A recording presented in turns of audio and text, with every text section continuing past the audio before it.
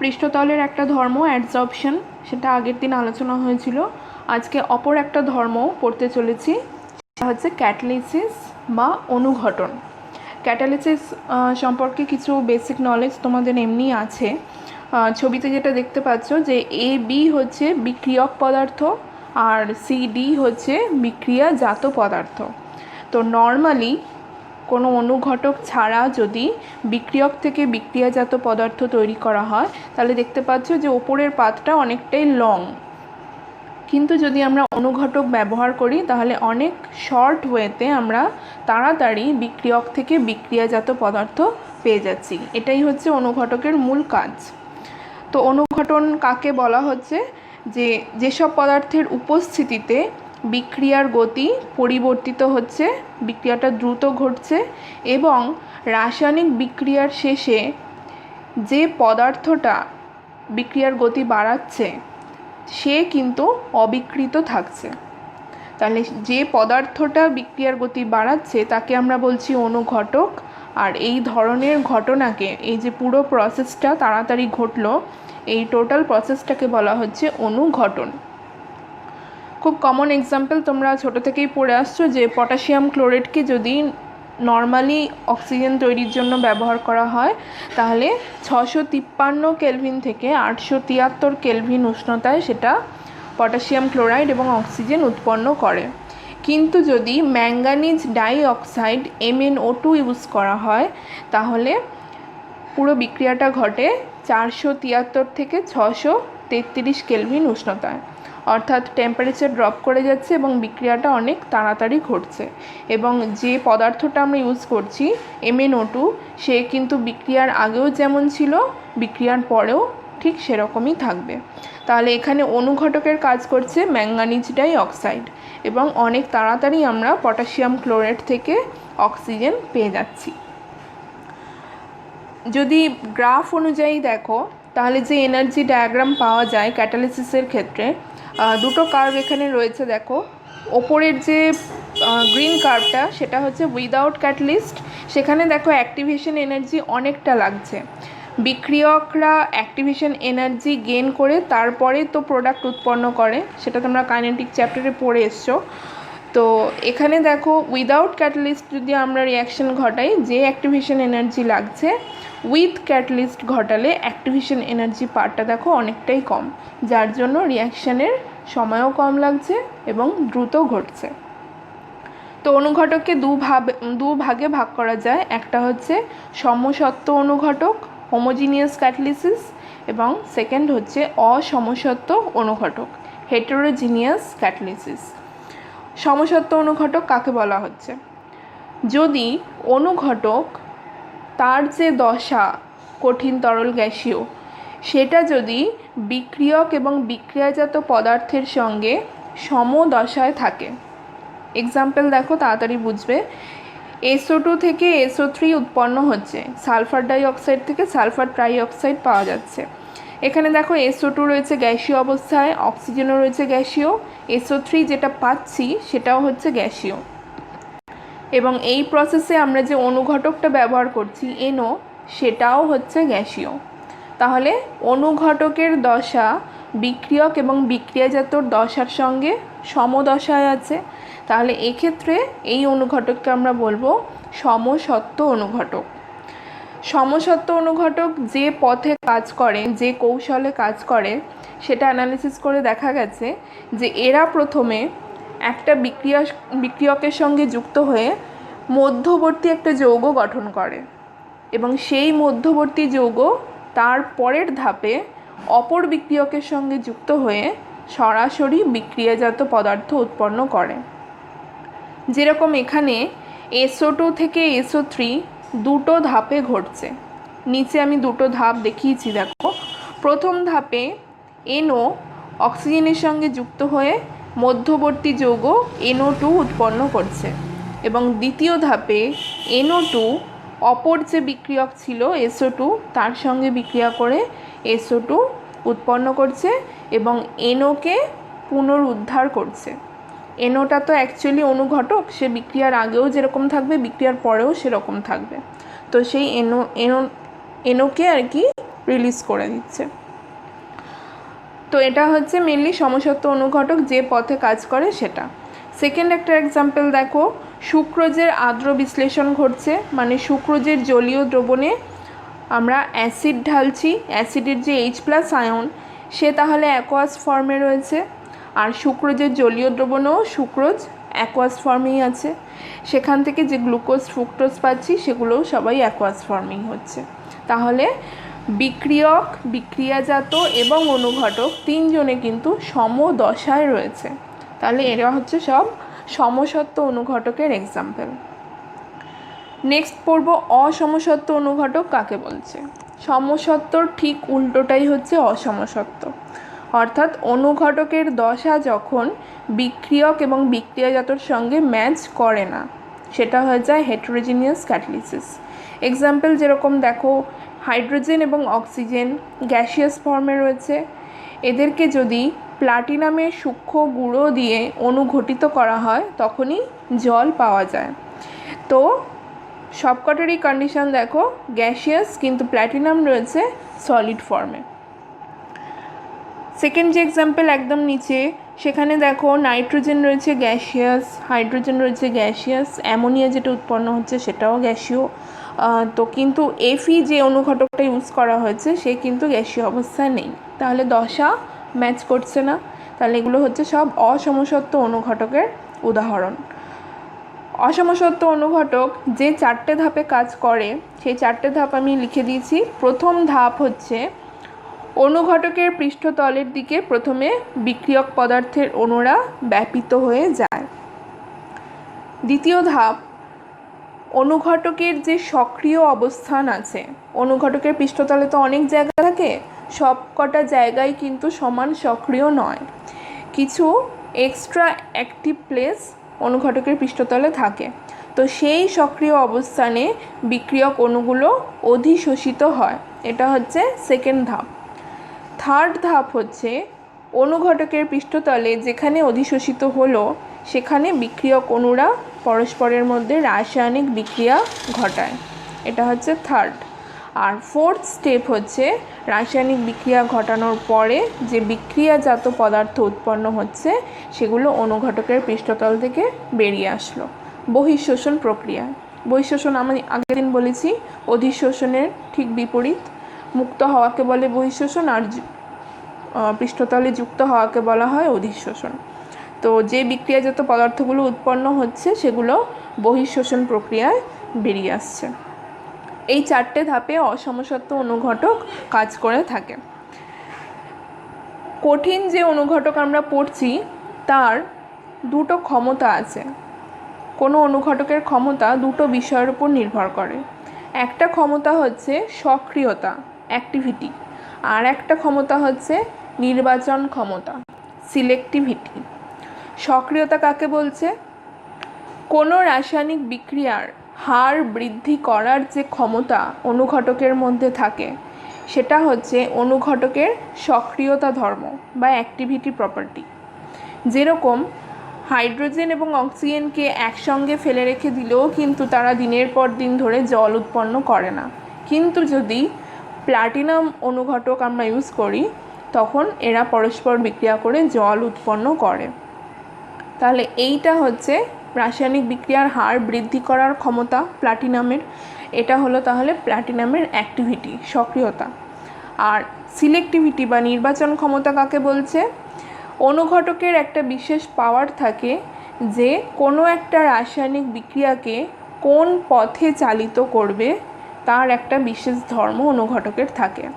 যেরকম এক্সাম্পলের দিকে চোখ রাখো, অ্যাসিটিলিনের সঙ্গে হাইড্রোজেনের বিক্রিয়া ঘটানো হয়েছে। দুবার বিক্রিয়া ঘটিয়েছি, প্রথম যখন ঘটাচ্ছি তখন একবার প্ল্যাটিনাম অনুঘটক ব্যবহার করা হচ্ছে, দ্বিতীয়বার যখন ঘটানো হচ্ছে তখন লিন্ডলার অনুঘটক ইউজ করা হচ্ছে। দেখতেই পাচ্ছ যখন প্ল্যাটিনাম অনুঘটক ব্যবহার হবে অ্যাসিটিলিন এবং হাইড্রোজেনের বিক্রিয়ায় ইথেন উৎপন্ন হচ্ছে, যখন লিন্ডলার অনুঘটক ব্যবহার হচ্ছে তখন একই বিক্রিয়ক অর্থাৎ অ্যাসিটিলিন এবং হাইড্রোজেন পরস্পর বিক্রিয়া করে কিন্তু সম্পূর্ণ অন্য একটা প্রোডাক্ট দিচ্ছে ইথিলিন, তখন কিন্তু আর ইথেন দিচ্ছে না। তাহলে অনুঘটকের বিশেষ ক্ষমতা জন্যই কিন্তু একই বিক্রিয়ক অণু ভিন্ন অনুঘটকের ক্ষেত্রে ভিন্ন ভিন্ন প্রোডাক্ট দিচ্ছে। তাহলে অনুঘটকের যে ক্ষমতার জন্য কিছু বিশেষ পদার্থ বিক্রিয়া করতে গিয়ে কিছু বিশেষ পদার্থ উৎপন্ন করে, অর্থাৎ কোন পথে বিক্রিয়াটা চালিত হবে সেটা নির্দেশ করে অনুঘটক, সেটাই হচ্ছে সেই অনুঘটকের নির্বাচন ক্ষমতা। অর্থাৎ কোন পথে বিক্রিয়াটা যাবে সেটা নির্বাচন করে হচ্ছে অনুঘটক। তাহলে এই প্রপার্টি হচ্ছে সিলেক্টিভিটি। তাহলে অনুঘটকের দুটো বিষয় আমরা পড়লাম, একটা হচ্ছে অ্যাক্টিভিটি, একটা হচ্ছে সিলেক্টিভিটি। এই দুটো বিষয়ের ওপরেই কিন্তু অনুঘটকের ক্ষমতা ডিপেন্ড করে। নেক্সট পড়ব এনজাইম ক্যাটালিসিস কাকে বলছে। এনজাইম কথাটা তোমরা আগেও পেয়েছো। বিভিন্ন জৈব প্রক্রিয়া উদ্ভিদ এবং প্রাণীদেহে ঘটে এবং সেগুলো খুব ধীরে সংগঠিত হয়। এই বিক্রিয়াগুলো যখন জৈব যৌগ দ্বারা অনুঘটিত হয়, যাদেরকে আমরা এনজাইম বলছি, তখন এগুলো তাড়াতাড়ি সংগঠিত হয়। এনজাইম হচ্ছে অ্যাকচুয়ালি জীবন্ত কোষ থেকে সৃষ্ট অনুঘটক, যেগুলো জীবন্ত প্রাণীর দেহে বিভিন্ন ভৌত এবং রাসায়নিক প্রক্রিয়াকে অনুঘটিত করে। এখন বিক্রিয়া যখন কোনো জৈব যৌগ দ্বারা অনুঘটিত হচ্ছে বা কোনো এনজাইম দ্বারা অনুঘটিত হচ্ছে, সেই প্রসেসকে আমরা বলছি এনজাইম অনুঘটন। রাসায়নিকভাবে সমস্ত এনজাইমই কিন্তু প্রোটিন দ্বারা গঠিত। এবং মনে রাখবে, এনজাইম ছাড়া আমরা যে খাবার খাই, এক টুকরো খাবার পরিপাক হতে 50 বছর সময় লাগতো যদি কোনো আমাদের দেহে এনজাইম না থাকতো। তো এনজাইম এতটাই ইম্পর্টেন্ট যে বিভিন্ন জৈব বিক্রিয়াকে তাড়াতাড়ি ঘটাতে সাহায্য করে। এক্সাম্পল রয়েছে, দেখো, ইস্টের মধ্যে যে জাইমেজ এনজাইম থাকে সেটা গ্লুকোজকে ইথানলে রূপান্তর করছে। সেকেন্ড হচ্ছে সোয়াবিনে যে ইউরিয়েজ এনজাইম থাকে সেটা ইউরিয়ার আর্দ্র বিশ্লেষণ ঘটিয়ে অ্যামোনিয়া এবং কার্বন ডাইঅক্সাইড উৎপন্ন করছে। থার্ড, ইনভার্টেজ এনজাইম কোথায় থাকে? ইস্টে। ইস্টের মধ্যে ইনভার্টেজ এনজাইম চিনির আর্দ্র বিশ্লেষণ ঘটিয়ে গ্লুকোজ এবং ফ্রুক্টোজ উৎপন্ন করছে। তাহলে এক একটা এনজাইম বিশেষ বিশেষ এক একটা বিক্রিয়ার জন্যই কিন্তু সুটেবল। সব বিক্রিয়ায় যে কোনো অনুঘটক এসে কিন্তু অনুঘটিত করতে পারে না। প্রত্যেক বিক্রিয়ার জন্য একটা নির্দিষ্ট এনজাইমই কিন্তু অ্যাপ্রোপ্রিয়েট। দেখব এনজাইম অনুঘটক কোন পথে কিভাবে কাজ করে। 3টে ধাপে কাজ হচ্ছে। ওপরে আমি ছবি দিয়েছি, ছবিটার দিকে খেয়াল রাখবে। এনজাইম হচ্ছে ই আর সাবস্ট্রেট হচ্ছে এস। সাবস্ট্রেট কাদের বলা হচ্ছে? যে বিক্রিয়ক অণুগুলো পরস্পর বিক্রিয়া করে বিক্রিয়াজাত পদার্থ উৎপন্ন করছে, সেই বিক্রিয়ক অণুদের আমরা বলছি সাবস্ট্রেট। তো প্রথম ধাপে এনজাইমের দিকে সাবস্ট্রেট আসছে এবং এনজাইমের পৃষ্ঠতলের যে সক্রিয় স্থান রয়েছে সেইখানে সাবস্ট্রেট প্রবেশ করছে। একটু আগেই বললাম এনজাইমের পৃষ্ঠতলে অনেক জায়গা থাকে, কিন্তু সব স্থান কিন্তু সমান সক্রিয় হয় না। এখানে দেখো ভি আকৃতি দিয়ে দেখানো হয়েছে যে এনজাইমের পৃষ্ঠতলে সক্রিয় স্থান ঠিক কোনটা, এবং সেখানে সাবস্ট্রেট ব্যাপিত হয়ে আসছে এবং পৃষ্ঠতলে অধিশোষিত হচ্ছে। এনজাইমের পৃষ্ঠতলে যেই মাত্র সাবস্ট্রেট এসে বসলো, তখন তাদের মধ্যে রিয়াকশন হয়ে এনজাইম সাবস্ট্রেট জটিল যৌগ গঠন হচ্ছে, যেটাকে আমরা সেকেন্ড ছবিতে দেখিয়েছি এনজাইম সাবস্ট্রেট কমপ্লেক্স। এবং এটা যেহেতু মধ্যবর্তী একটা যৌগ, এটাকে আমরা থার্ড ব্র্যাকেটে লিখছি ইএস। এবারে স্টেপ 2, এনজাইম সাবস্ট্রেট কমপ্লেক্স থেকে এনজাইম প্রোডাক্ট কমপ্লেক্স তৈরি হচ্ছে, অর্থাৎ এনজাইম বিক্রিয়াজাত জটিল যৌগ আমরা পাচ্ছি। ক্যাটালিসিস ঘটছে, বিক্রিয়াটা তাড়াতাড়ি ঘটছে এবং এনজাইমের পৃষ্ঠে যে সাবস্ট্রেট অণুগুলো এসে বসেছিল তারা পরস্পর বিক্রিয়া করে খানিকটা প্রোডাক্ট ফর্ম করছে, কিন্তু সেটা এনজাইমের সঙ্গেই কমপ্লেক্স ফর্মে রয়েছে, ইপি। এটাকেও আমরা থার্ড ব্র্যাকেটের মধ্যেই রাখছি, কারণ এরা এখনও কিন্তু সেপারেট হয়নি। স্টেপ 3তে গিয়ে যে প্রোডাক্টগুলো ফর্ম করেছিল সেগুলো এনজাইমের থেকে আলাদা হচ্ছে এবং পৃষ্ঠতল ত্যাগ করে বহিঃশোষণ প্রক্রিয়ায় বেরিয়ে যাচ্ছে। সেখানে আমরা লিখছি, দেখো, ইপি ভেঙে গিয়ে ই তৈরি করছে এনজাইম, যেরকম আগে বিক্রিয়ার আগে ছিল বিক্রিয়ার পরেও সেরকমই থাকবে, এবং প্রোডাক্টকে সম্পূর্ণ আলাদা একটা পার্ট করে দিচ্ছে, এবং এই প্রোডাক্ট কিন্তু এনজাইমের পৃষ্ঠতল ছেড়ে বাইরে বেরিয়ে যাচ্ছে। তাহলে মোটামুটি এই 3টে ধাপে এনজাইম ক্যাটালিসিস সংগঠিত হচ্ছে। এনজাইম অনুঘটকের কিছু বৈশিষ্ট্য আমরা দেখে নিই। প্রথম বলছে, এনজাইম অনুঘটক ব্যবহারে বিক্রিয়ার হার 10 মিলিয়ন গুণ বৃদ্ধি পায়। সেকেন্ড পয়েন্ট, এনজাইম অনুঘটক খুব ক্ষুদ্র পরিমাণ ব্যবহার করেই কিন্তু বিক্রিয়ার হার 10⁻³ থেকে 10⁻⁶ গুণ বৃদ্ধি করা সম্ভব হয়।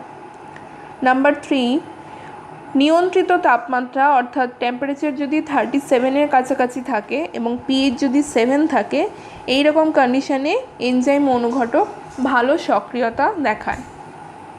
4 বলছে, কোনো বিক্রিয়ার ক্ষেত্রে কোন এনজাইম কাজ করবে সেটা কিন্তু নির্দিষ্ট থাকে, অর্থাৎ যেমন খুশি বিক্রিয়ার ক্ষেত্রে যে সে এনজাইম এসে জাস্ট অনুঘটিত করে দিল, ব্যাপারটা কিন্তু সেরকম নয়, নির্দিষ্ট থাকবে।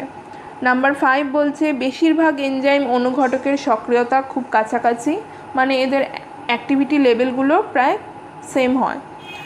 নাম্বার 6, এনজাইম অনুঘটক বিক্রিয়ার ক্রিয়া বিভিন্ন জৈব এবং অজৈব অণু দ্বারা বাধাপ্রাপ্ত হতে পারে।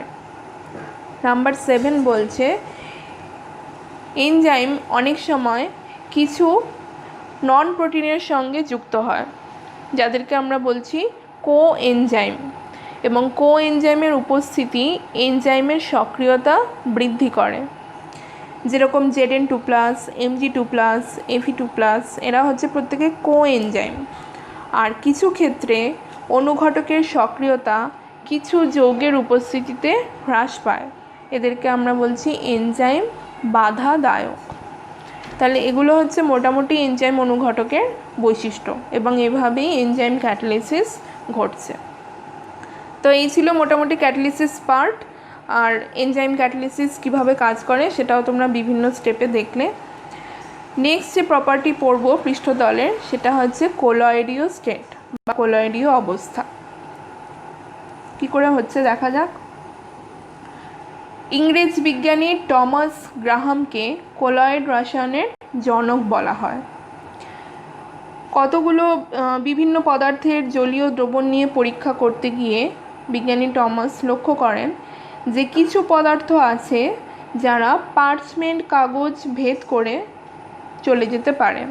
পার্চমেন্ট কাগজের নাম তোমরা আগে শুনেছো নিশ্চয়ই।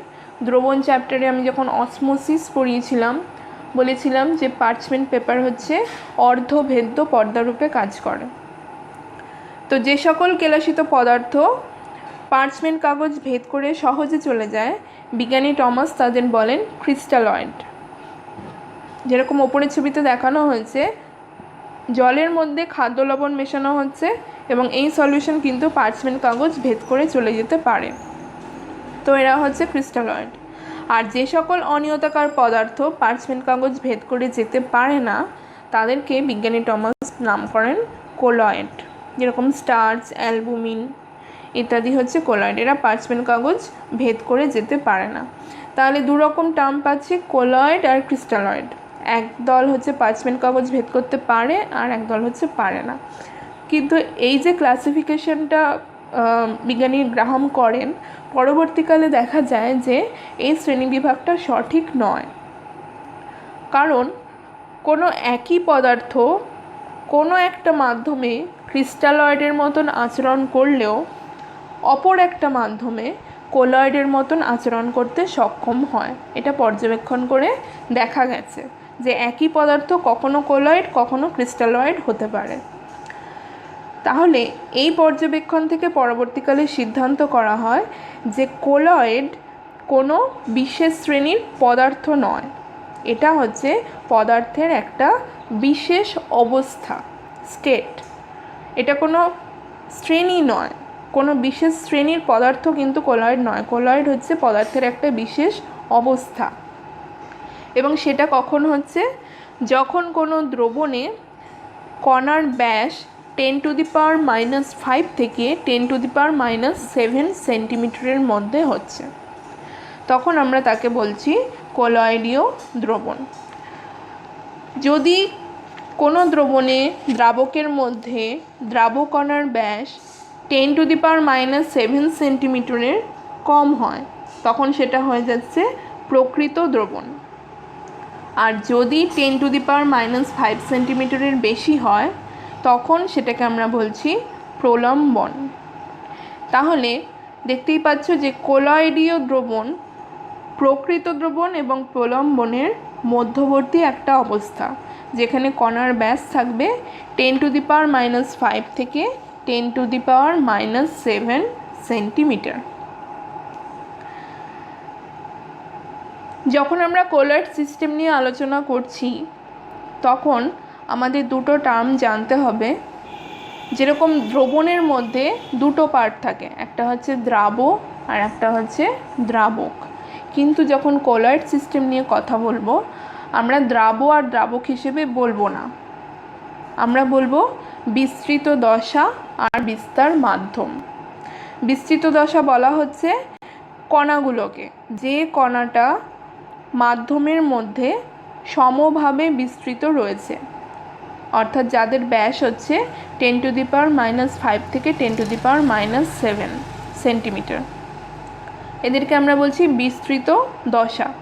আর বিস্তার মাধ্যম বলা হচ্ছে যে মাধ্যমে এই বিস্তৃত দশা সমভাবে ছড়িয়ে থাকে, সেই মাধ্যমকে বলা হচ্ছে বিস্তার মাধ্যম।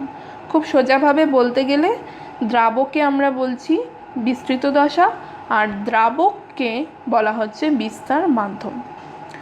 কলয়েডকে শ্রেণীবিন্যাস করা হয় তিনভাবে, ABC তিনটে উপায়ে ক্লাসিফিকেশন করা হয়। যেরকম দেখো, 1 নম্বর হচ্ছে বিস্তৃত দশা এবং বিস্তার মাধ্যমের ভৌত অবস্থার উপর ভিত্তি করে। ভৌত অবস্থা মানে তোমরা জানো কঠিন বা তরল বা গ্যাসীয়। বিস্তৃত দশা কোন ভৌত অবস্থায় রয়েছে এবং বিস্তার মাধ্যম কোন ভৌত অবস্থায় রয়েছে তার উপর ডিপেন্ড করে এই ক্লাসিফিকেশনটা করা হয়। বি হচ্ছে বিস্তার মাধ্যমের প্রতি বিস্তৃত দশার আসক্তির ওপর ভিত্তি করে, মানে আকর্ষণ বলের ওপর ভিত্তি করে, যে দ্রাবক কণাগুলোর দ্রাবক কণার সঙ্গে কতটা আসক্তি রয়েছে তার উপর ডিপেন্ড করে এই শ্রেণীবিন্যাস করা হয়। আর নাম্বার সি বলছে বিস্তৃত দশার কণার প্রকৃতির ওপর ভিত্তি করে। তাহলে এই তিনভাবে আমরা কলয়েড কণাকে শ্রেণীবিন্যাস করতে পারছি। তো ক্লাসিফিকেশনগুলো আমি একটু দেখিয়ে দিই। প্রথম যেটা দেখানো হচ্ছে সেটা হচ্ছে বিস্তৃত দশা এবং বিস্তার দশার ভৌত অবস্থা অনুযায়ী। সেখানে দেখো মোটামুটি 8টা কম্বিনেশন দেখতে পাচ্ছ। প্রথম 3টের ক্ষেত্রে দেখো বিস্তৃত দশা হচ্ছে কঠিন এবং বিস্তার মাধ্যমটা চেঞ্জ হয়ে কঠিন হয়েছে, তরল হয়েছে, গ্যাসীয় হয়েছে। দ্বিতীয় 3টের ক্ষেত্রে দেখো বিস্তৃত দশা হচ্ছে তরল এবং বিস্তার মাধ্যম চেঞ্জ হয়েছে কঠিন, তরল, গ্যাসীয়। আর শেষ দুটোর ক্ষেত্রে দেখো বিস্তৃত দশা হচ্ছে গ্যাসীয় কিন্তু বিস্তার মাধ্যম একবার কঠিন হয়েছে একবার তরল হয়েছে। গ্যাসীয় কম্বিনেশন হয় না, তার কারণ হচ্ছে যখন দুটো গ্যাস পরস্পরের সংস্পর্শে আসে ওরা সমসত্ত্বভাবে মিশে যায় এবং সমসত্ত্ব মিশ্রণ উৎপন্ন করে। কোনো কলয়েড মিশ্রণ সেক্ষেত্রে পাওয়া যায় না, সে কারণে এখানে গ্যাসীয় কম্বিনেশনটা নেই। তো 8 রকমের বিন্যাস এখানে পাওয়া গেছে, তাদের এক্সাম্পল রয়েছে। খেয়াল করে দেখো যে প্রথম দুটোর ক্ষেত্রে লেখা রয়েছে সল, 4 নম্বরের ক্ষেত্রে লেখা রয়েছে জেল এবং 5 নম্বরের ক্ষেত্রে কলয়েডের নাম দেওয়া রয়েছে ইমালশন। জেল কখন হচ্ছে? যখন কোনো কোলয়েড সিস্টেমের বিস্তৃত দশাটা হয় তরল এবং বিস্তার মাধ্যমটা হয় কঠিন, সেই ধরনের কোলয়েড সিস্টেমকে আমরা বলি জেল। যেরকম জিলেটিন, অ্যাগার অ্যাগার সলিউশন, যেটা তোমরা সল্ট ব্রিজ পড়ার সময় পেয়েছিলে, তারা হচ্ছে জেলের উদাহরণ।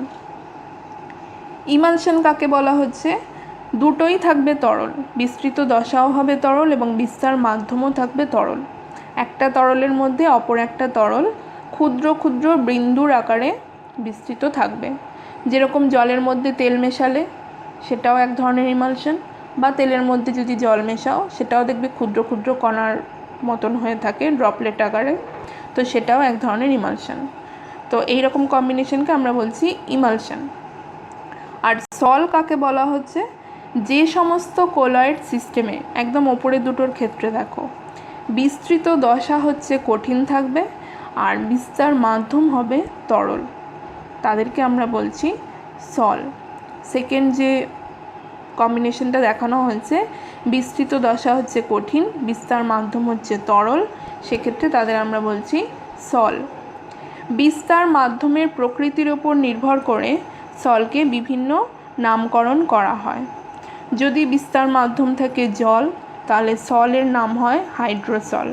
যদি বিস্তার মাধ্যম থাকে অ্যালকোহল, তাহলে সল হয় অ্যালকোসল। বিস্তার মাধ্যম বেঞ্জিন থাকলে বেঞ্জোসল। বিস্তার মাধ্যম বায়ু হলে তাকে আমরা বলি অ্যারোসল। নেক্সট দেখব কোলয়েডের শ্রেণী বিভাগ। কোলয়েডের শ্রেণী বিভাগ আমরা ক্লাসিফিকেশন করছি এখানে বিস্তার মাধ্যমের প্রতি বিস্তৃত দশার আসক্তি অনুযায়ী। তার মানে দ্রাবকের সঙ্গে দ্রাবের কী ইন্টারাকশান আছে তার উপর ডিপেন্ড করে দুভাগে ভাগ করা হচ্ছে। একটা হচ্ছে লাইওফিলিক, একটা হচ্ছে লাইওফোবিক। লাইওফিলিকের বাংলা হচ্ছে দ্রাবক আকর্ষী, আর লাইওফোবিক হচ্ছে দ্রাবক বিকর্ষী। তোমাদের ইংলিশ টার্মটাই বেশি মনে রাখতে হবে, কারণ এটা দিয়ে বেশি প্রশ্ন আসে। আচ্ছা, লাইওফিলিক কাকে বলা হচ্ছে?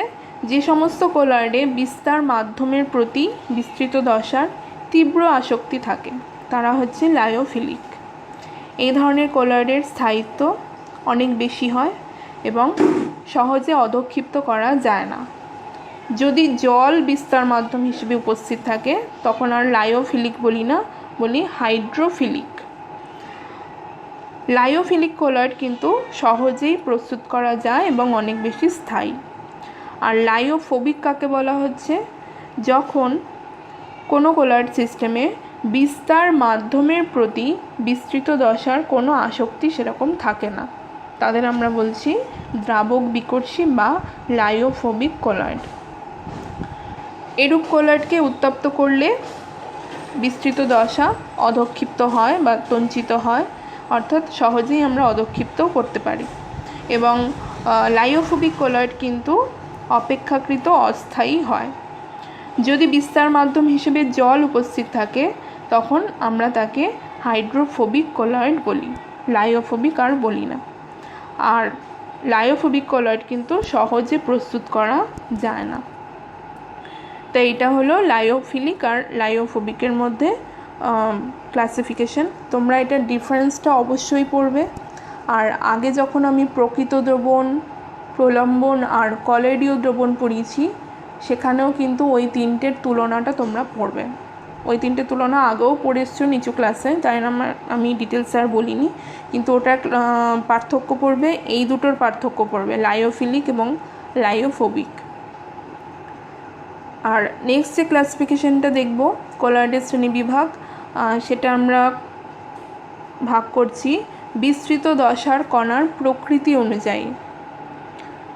মানে যে কণাগুলো ছড়িয়ে রয়েছে তাদের প্রকৃতি অনুযায়ী এই ক্লাসিফিকেশনটা হচ্ছে। তিন ভাগে ভাগ করা হচ্ছে। প্রথম হচ্ছে বহু আণবিক কোলয়েড, মাল্টিমলিকুলার কোলয়েড। সেক্ষেত্রে কি হচ্ছে দেখো, যেসব কোলয়েডের বিস্তৃত দশা বহু সংখ্যক পরমাণু বা ক্ষুদ্র ক্ষুদ্র অণুর একত্রীভবনে সৃষ্টি হয় তারা হচ্ছে বহু আণবিক কোলয়েড, এবং এক্ষেত্রে অণু বা পরমাণুগুলো দুর্বল ভ্যান ডার ওয়েলস ফোর্স দ্বারা পরস্পরের সঙ্গে যুক্ত থাকে। এরা হচ্ছে লাইওফোবিক প্রকৃতির। যেরকম দেখা যায় সালফারের ক্ষেত্রে, সালফার সলের ক্ষেত্রে কি হয়, অনেকগুলো সালফার পরমাণু এস8 হিসেবে যুক্ত থাকে। 8টা সালফার পরমাণু পরস্পরের সঙ্গে সঙ্ঘবদ্ধভাবে যুক্ত থাকে, এরা হচ্ছে বহু আণবিক কলয়েড। সেকেন্ড হচ্ছে বৃহদায়তন আণবিক কলয়েড, ম্যাক্রোমলিকুলার কলয়েড। সেক্ষেত্রে কি হচ্ছে, যখন কোনো কলয়েডের বিস্তৃত দশার প্রত্যেকটা কণা বৃহৎ আকারের অণু দ্বারা গঠিত হয়, তখন তারা হচ্ছে ম্যাক্রোমলিকুলার কলয়েড। যেরকম প্রোটিন, স্টার্চ, প্রোটিনের গঠন কিন্তু বেশ বড় ধরনের হয়। তো এরা হচ্ছে বৃহদায়তন আণবিক কলয়েডের খুব ভালো উদাহরণ, এবং এরা খুব স্থায়ী হয় আর লাইওফিলিক প্রকৃতির হয়। 3 নম্বর যে ভাগটা সেটা হচ্ছে সংযোজিত কলয়েড বা অ্যাসোসিয়েটেড কলয়েড। কাদের বলা হচ্ছে, আয়নীয় সংযোজনের ফলে যেসব কলয়েড সৃষ্টি হয় তারা হচ্ছে সংযোজিত কলয়েড। এরূপ কলয়েডের বৈশিষ্ট্য হচ্ছে বিস্তৃত দশার কণাগুলোর দুটো পার্ট থাকে। একটা যে লম্বা লেজের মতন অংশ দেখছো সেটাকে আমরা বলি টেল পার্ট, এবং এরা দ্রাবক বিকর্ষী হয় বা হাইড্রোফোবিক, লাইওফোবিক, যেহেতু এখানে জল মিডিয়াম সে কারণে আমরা বলছি হাইড্রোফোবিক। আর যে মাথাটা থাকে গোল সেটাকে আমরা বলি হেড পার্ট, সেটা হয় হাইড্রোফিলিক। হাইড্রোফিলিক পার্টটা পোলার হয়, আর টেল পার্ট যেটা হাইড্রোফোবিক সেটা নন পোলার হয়। তাহলে যখন এরা সংযোজনে আসে, আয়নীয় সংযোজন ঘটায়, এরা পরস্পর যুক্ত হয়ে গোলক আকার ধারণ করে। যে জোটবদ্ধ গোলক আকার ধারণ করে তাকে আমরা বলি মিশেল। ঠিক আছে, যখন গোলক আকারটা ধারণ করছে দেখতে পাচ্ছ যে টেল পার্টগুলো কেন্দ্রের দিকে রয়েছে আর হেড পার্টগুলো পৃষ্ঠতলের দিকে রয়েছে, যার ফলে এই গোলক আকারটার সৃষ্টি হয়, এবং এটার নাম হচ্ছে মিশেল। এটাকে আমরা বলছি সংযোজিত কলয়েড। আয়নীয় সংযোজনের ফলে এই ধরনের কলয়েড সৃষ্টি হয়। তাহলে এই হয়ে গেল কলয়েডের ক্লাসিফিকেশন। বিভিন্ন ওয়েতে 3 ভাবে আমরা ক্লাসিফিকেশন দেখলাম। কলয়েড নিয়ে আজকে আর আলোচনা করছি না, এই অবধি থাকলো। শুধু কলয়েড কাকে বলে আর কলয়েডের বিভিন্ন ধরনের শ্রেণী বিভাগের সঙ্গে পরিচিত হলে পরের দিন কলয়েডের আরও কিছু প্রপার্টি আমরা ডিটেলসে তাহলে পড়ব। আজকে এই অবধি থাকলো।